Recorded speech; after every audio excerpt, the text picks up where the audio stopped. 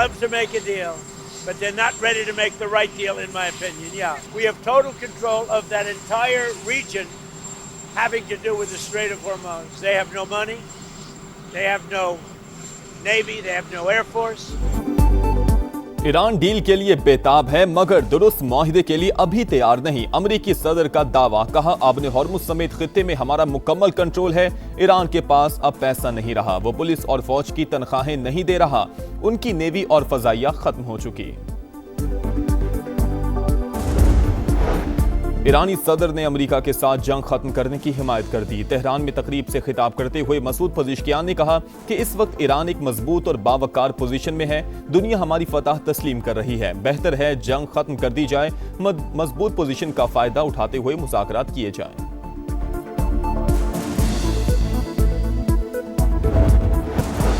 आपने हॉर्मुज पर कशीदगी बरकरार, अमरीकी सेंडकॉम का 68 तिजारती जहाजों का रुख तब्दील कराने का दावा, कहा वार्निंग नजरअंदाज करने पर 3 तिजारती जहाजों को नाकारा बनाया। कवायद की पाबंदी यकीनी बनाने के लिए कार्रवाइयां की गईं। दुश्मन को समंदर में तारीखी और नाकाबिले फरामोश सबक सिखाएंगे। कमांडर ईरानी बहरिया का रद्द-ए-अमल, समंदरी महाज पर दुश्मन के खिलाफ बड़ी कार्रवाई का इंदिया, कहा दुश्मन की तमाम नकलो हरकत पर दिन रात नजर रखे हुए हैं।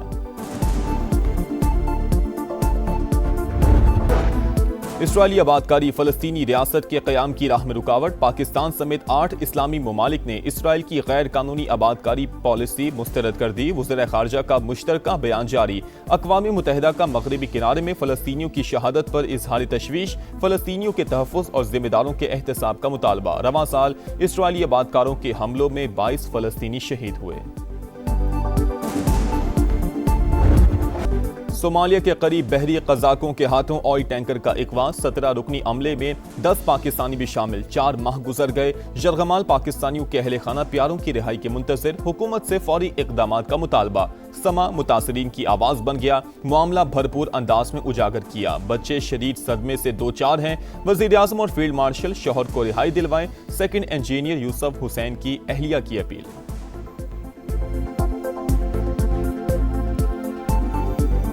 4 महीने गुजर चुके हैं। यहाँ हम फैमिलीज़ का बहुत बुरा हाल है, बच्चों का बहुत बुरा हाल है, और वहाँ वो लोग बहुत ज़्यादा परेशान हैं। ज़ाहिर है उनकी सेहतें ख़राब हो रही हैं, डायबिटिक पेशेंट्स हैं उसमें।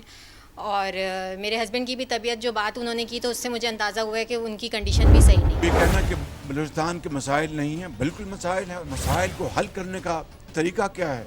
बामी मुशावरत। लेकिन मसाइल की आड़ में अगर बंदूक उठा ली जाए तो वो कोई मुहब्बे वतन पाकिस्तानी नहीं कर सकता। It's never too late. जो कुछ हो गया। उन मसाइल को सामने रखकर हमें ग्रैंड डायलॉग करें, बैठ जाएं, मुहज़्ज़ब तरीके से, सख्त से सख्त जो मसला उसको लेके आए। वज़ीर आज़म की बलूचिस्तान के मसाइल के हल के लिए ग्रैंड डायलॉग की तजवीज़। डायलॉग का मकसद बलोच अवाम की बात सुनना है। जायज़ शिकायत 1000 बार हल करने को तैयार हैं। शहबाज शरीफ का बलूचिस्तान नेशनल वर्कशॉप से खिताब, कहा घुस बैठिए, दुश्मन ममालिक से वसाइल हासिल कर रहे हैं, कोई मुहिब वतन मसाइल की आड़ में बंदूक नहीं उठा सकता। शनाख्ती कार्ड की बुनियाद पर किसी की जान लेना दुरुस्त नहीं। मसाइल का हल सिर्फ बातचीत में है। वसाइल की मुनसिफाना तकसीम भी नागुज़ीर। फील्ड मार्शल से मिलकर N25 जैसी खूनी सड़क को अमन की शाहराह में तब्दील करने का फैसला। वसाइल में बलूचिस्तान का हिस्सा 10% से ज्यादा रखा गया। चारों सूबे मिलकर चलेंगे तो ही मुल्क तरक्की करेगा।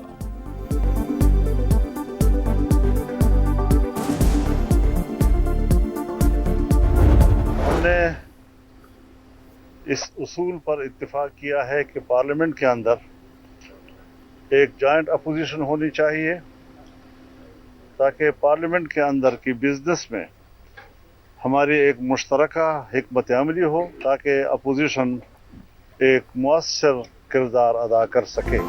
इस्लामाबाद में मौलाना फजलुर रहमान की रिहाइशगाह पर बड़ी बैठक, ग्रैंड ऑपोजिशन अलायंस बनाने का ऐलान, हिज़्ब इख्तिलाफ की तमाम जमातों को शिरकत की दावत। पीपल्स पार्टी पलड़ा बदल ले तो उससे भी बात हो सकती है। JUI सरबराह की मीडिया से गुफ्तगू, कहा गलत पॉलिसीज ने मुल्क को मुश्किलात में धकेल दिया, बहुत हो गया, अब चुप नहीं रह सकते। इत्तेहाद, आइन और पार्लियामेंट की बालादस्ती यकीनी बनाएगा। महमूद अजगज़ई, असद कैसर और दीगर की भी मौलाना फजलुर रहमान के इशाइये में शिरकत।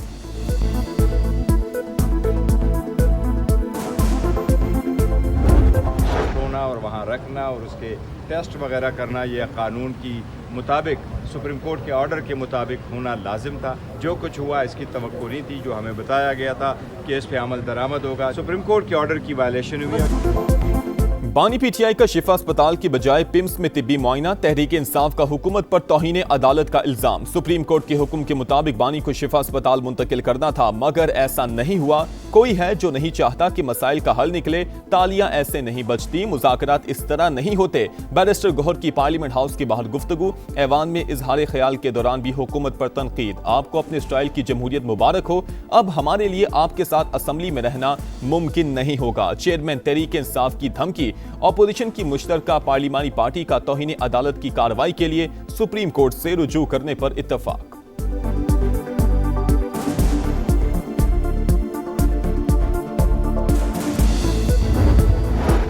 बानी पीटीआई का तिब्बी मुआयना, पिम्स अस्पताल का एलामिया जारी। इंतजामिया के मुताबिक बानी पीटीआई को 20 और 21 अगस्त की दरमियानी शब अस्पताल लाया गया। शिफा इंटरनेशनल अस्पताल के 2 माहिर डॉक्टर्स ने आंखों के चेकअप में हिस्सा लिया। दीगर मुआयने मुतलका माहिरीन ने किए। मेडिकल बोर्ड ने तिब्बी नताइज यकजा करके मेडिकल फिटनेस रिपोर्ट मुरतब कर दी। रिपोर्ट के खुफिया मंदरजात जाहिर नहीं किए जाएंगे।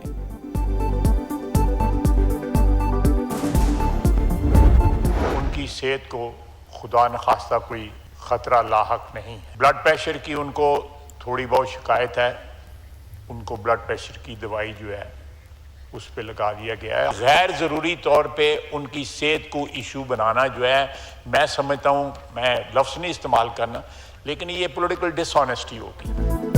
बानी पीटीआई की सेहत को खतरा नहीं, ब्लड प्रेशर की थोड़ी शिकायत है जो उम्र के साथ हो जाती है। वज़ीर दिफा ख्वाजा आसिफ का कौमी असम्बली में इजहार ख्याल, कहा बानी की हमशीरा उनके साथ थी, वो बता सकती हैं सेहत कैसी है। बानी की सेहत को इश्यू बनाना सियासी बददियानती होगी। समा से गुफ्तगू में तारिक फजल चौधरी बोले, सिक्योरिटी हालात की वजह से बानी पीटीआई को पिम्स ले जाना पड़ा। सिक्योरिटी पर समझौता न करना भी फैसले में शामिल था।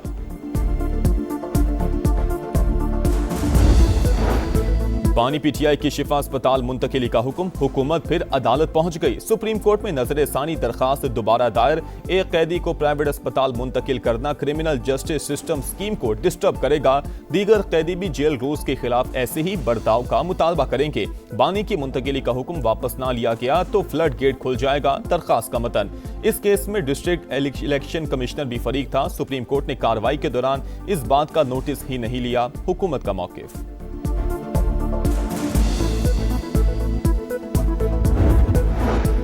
पेट्रोल 3 रुपए 81 पैसे महंगा, नई कीमत 341 रुपए 59 पैसे फी लीटर हो गई। हाई स्पीड डीजल के दाम 3 रुपए 59 पैसे इजाफे के बाद 368 रुपए 29 पैसे लीटर मुकर्रर। 24 अगस्त तक नई कीमतों का इतलाक हो गया।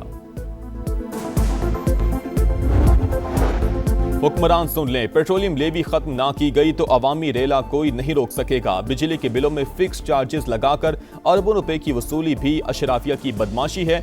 हर हुकूमत ने अपने दौर में IPP से मुआहिदे करके कौम से दुश्मनी की, अब अवाम बेदार हो रहे हैं। हक मिलने तक धरने जारी रहेंगे। हाफिज नईमुर रहमान का कराची में खिताब, पेट्रोलियम लेवी के खिलाफ जमात इस्लामी का एहतजाज 7वें रोज में दाखिल।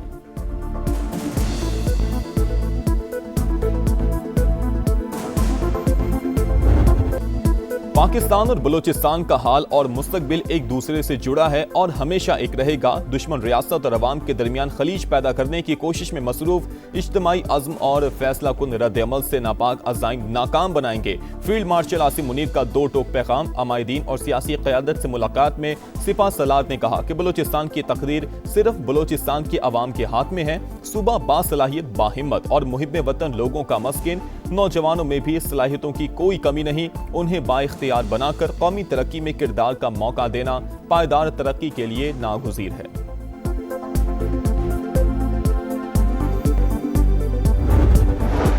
फील्ड मार्शल आसिम मुनीर से कांगो के chief of defence armed forces की मुलाकात। खित्ते की सूरत हाल और बाहमी दिलचस्पी के उमूर पर तबादला ख्याल। मोअज़्ज़िज़ मेहमान की नेवल और एयर चीफ से भी मुलाकातें। अमन के लिए अफ़वाज पाकिस्तान के अज़्म की तारीफ। वतन के मुहाफिज अमन दुश्मनों पर कहर बनकर टूट पड़े। ISPR के मुताबिक सिक्योरिटी फोर्सेस और पुलिस के बलूचिस्तान और खैबर पख्तूनख्वा में मुख्तलिफ ऑपरेशंस 49 दहशतगर्द हलाक, मस्तूंग, मच, खुजदार और पंचगोर में भारतीय स्पॉन्सर्ड 37 ख्वारिज अंजाम को पहुंच गए। बन्नू, शिमाली वजीरिस्तान, औरंगजई और खैबर में भी इंटेलिजेंस बेस्ड कार्रवाइयां, 12 दहशतगर्द हलाक, असलहा और गोला बारूद बरामद। यौम आज़ादी पर बग्गी की सवारी, वज़ीर आज़म, चीफ कमिश्नर और IG इस्लामाबाद के शाहाना तर्ज अमल पर शदीद बरहम। शहबाज शरीफ ने नोटिस ले लिया, वजाहत तलब, इंक्वायरी का इम्कान। अवामी तकरीबात में अफसरान की गैर जरूरी नुमाइश नाकाबिल कबूल करार, मुस्तकबिल में प्रोटोकॉल की सख्त पासदारी का हुक्म। सुथरा पंजाब, ये देखें ना आपके सामने है सुथरा पंजाब। कल की बात है, मेरे से 5,000 रुपये रिश्वत मांगी गई है। सुथरा पंजाब के नाम पे जो ढोंग रचाया जा रहा है उसकी मिसाल कहीं नहीं मिलती। बारिश होती है, ये सारा गंद गलियों में आ जाता है, सीवरेज ब्लॉक हो जाते हैं। ये इस तरह का सुथरा पंजाब होता है कि दुनिया बीमार हो रही है, मच्छर है, इतनी स्मेल है। वैसे जाते गुजरते हैं, देख के चले जाते हैं, 2-4 चीजें उठाई, बाकी वहीं का वहीं पड़ा है। सुथरा पंजाब अधूरा ख्वाब। लाहौर के रिहायशी इलाके कचरा कुंडी में तब्दील। ताजपुरा गलाजत और गंदगी की लपेट में। फर्रुखाबाद में कचरा ना उठने से मक्खियों और मच्छरों की भरमार। इलाका मकीनों का बदबू और ताफुन से बुरा हाल। गाजी रोड और इमामिया कॉलोनी में भी जगह जगह गंदगी। अरबों रुपए के फंड्स के बावजूद हालात अबतर। वजीर आला पंजाब खुद मैदान में आकर सूरत हाल देखें। सीनियर वजीर पंजाब मरीम औरंगजेब भी फील्ड का जायजा लें। डिप्टी कमिश्नर और असिस्टेंट कमिश्नर भी दफ्तरों से निकले। शहरियों का मुतालबा, लाहौर का चप्पा चप्पा साफ होने तक समा हकायक दिखाता रहेगा।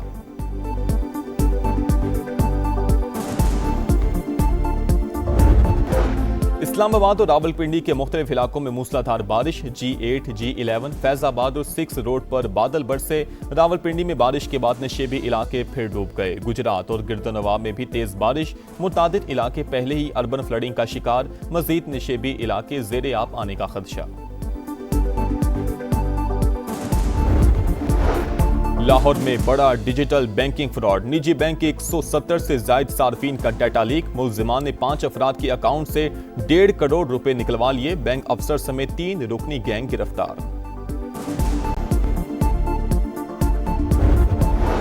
ड्रग डीलर अनमोल पिंकी की 3 मुकदमात में बरियत के खिलाफ अपील तैयार। ड्राफ्ट प्रोसिक्यूटर जनरल सिंध को अरसाल। मंजूरी के बाद हाई कोर्ट से रुजू किया जाएगा। एडिशनल डिस्ट्रिक्ट जज साउथ का फैसला कलअदम करार देने की इस्तदा की जाएगी।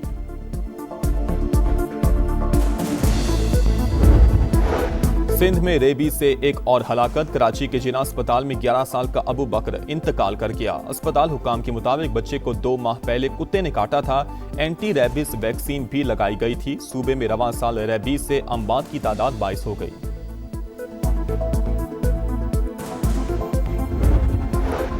यूक्रेनी शहर क्रिवेरिया पर रूस का हमला। हलाकतों की तादाद 15 हो गई। 130 अफराद जख्मी हुए। हुक्काम के मुताबिक रूसी ड्रोन ने शॉपिंग सेंटर को निशाना बनाया। यूक्रेनी सदर की मुजम्मत, कहा रूस ने इमदादी कारकुनों को भी निशाना बनाया।